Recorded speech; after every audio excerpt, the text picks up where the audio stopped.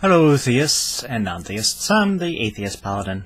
I'm going to respond to Dawa Film's latest video, Evidence for God, not required, not necessary. Evidence for God, not necessary. Yes, of course. And you make several blunders, in the video that I like to contest. Now, you say that atheists aren't open-minded, and that when they're asking for evidence of God, that they don't do so. They don't believe that is possible. Even though that you're asking for evidence and you don't believe that is possible, that doesn't make you closed-minded. That's just a belief of your own.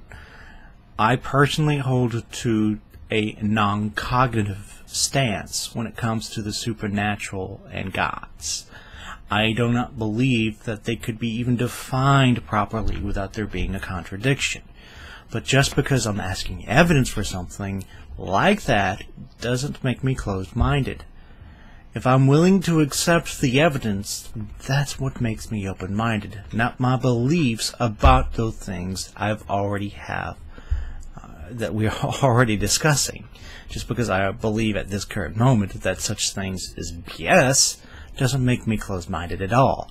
It's just am I willing to change my beliefs about it? And the answer is yes.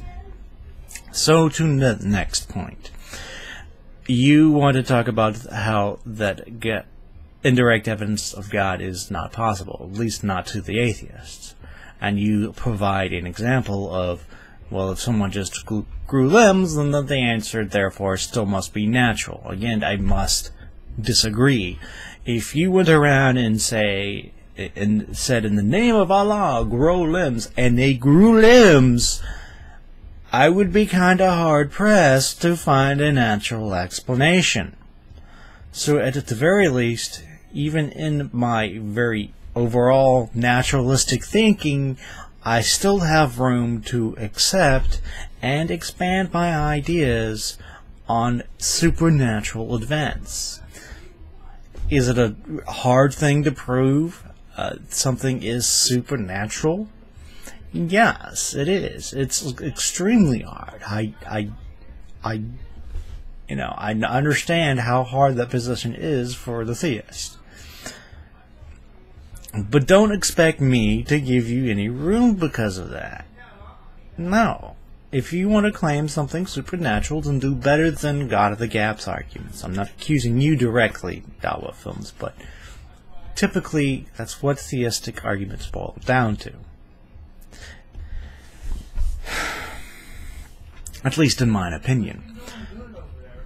But when it comes to this, if you want to make claims about epistemology, Dawa Films, please do not talk down to the atheists. I have challenged theists time and again for them to provide an epistemology. A epistemology that can distinguish between natural events to which we have no clue about how they're explained, and actual genuine supernatural events. So that way, this epistemology doesn't make a God of the Gaps fallacy. And then once you have the supernatural claims, be able to distinguish between true supernatural claims and false ones. As soon as you are able to do that, Dawa Films, you are golden. But if you want to talk about and mischaracterize a position of evidentialism, then please do it properly. Don't mischaracterize it. But that's what you did here. You mischaracterized evidentialism. Yeah, there are things that we believe that aren't based on physical evidence, but normally those things are also rational in and of themselves. Normally they're axiomatic, like the laws of logic. Of course we don't need physical evidence for the laws of logic. They are axiomatic. If A equaled non-A, if that was even possible, language itself would break down. All the consistency to reality itself would break down. But because it's axiomatic, yeah, that doesn't need to be justified. But to put that on the same level, to say, well, logic is axiomatic and try to say, well, God is axiomatic or doesn't need to be justified just like logic does, I'm going to have to call BS on that. And then we get, and that's my on your minor point, even though that I feel that's the strongest part of your argument. Your major reason is that the belief in God and supernatural are normative. So what? I could give a care less. I looked at the article. Yeah, I see that, and so what? But then you make the claim that these things that predispose us to seeing agency and seeing the supernatural in gods is also the same thing that we use for our intuitions, that we also use for science. I don't see that in the article. So I'm going to have to assume that this is a claim that you're making. And then so I'm going to have to ask you, well, prove it. I know that you don't like that when atheists do that to you, Dala. But I'm going to have to ask you to prove it. How is being predisposed to seeing agency also a foundation for science and other rational inquiry? Because I'm not seeing it. Because when you say something is normative, all you're really saying is really this is what the most popular thing in human behavior and beliefs. Again, so what? And then, you know, challenging these so-called intuitions, because this is the type of the argument you're making. You're saying that our intuitions lead us to these beliefs, and questioning them somehow is inconsistent and irrational.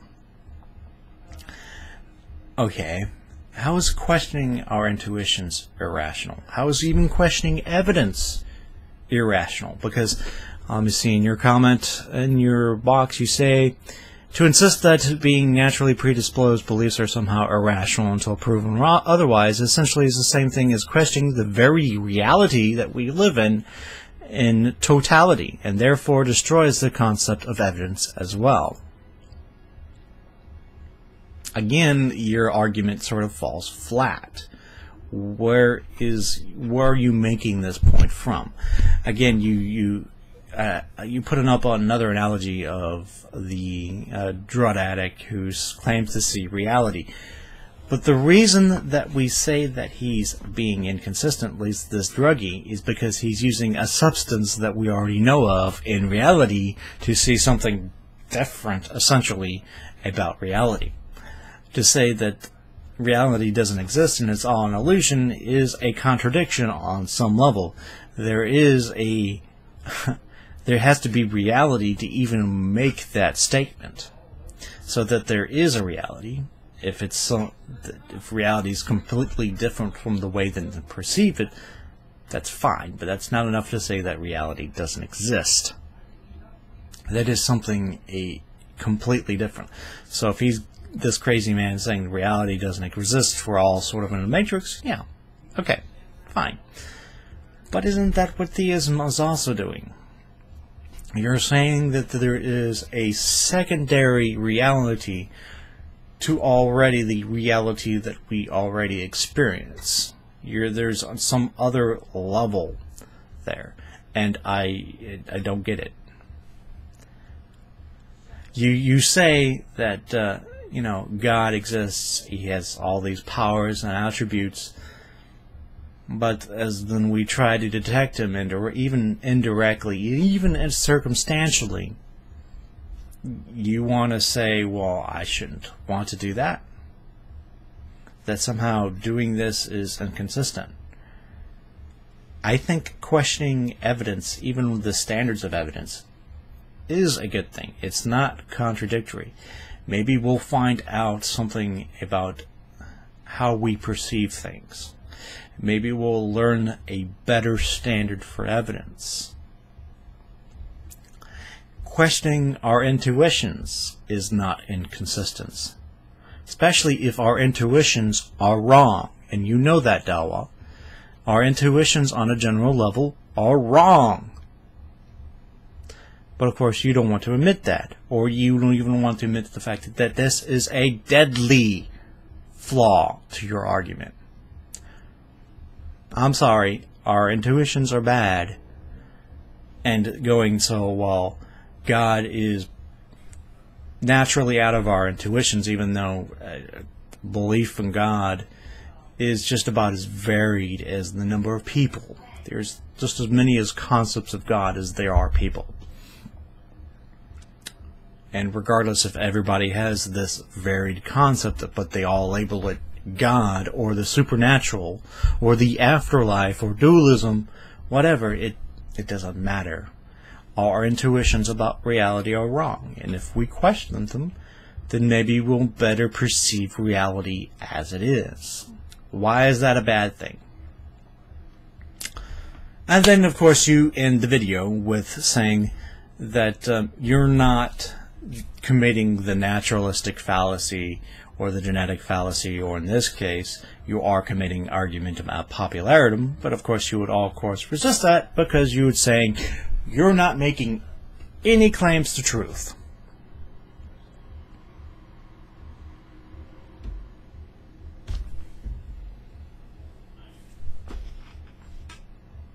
Just let that sink in, for at least those who would understand the problem of saying this,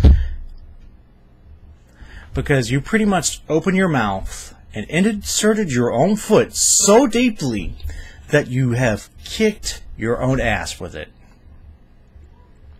If you're not trying to seek any truth claims, then why are you trying to prove that theism should be a default position?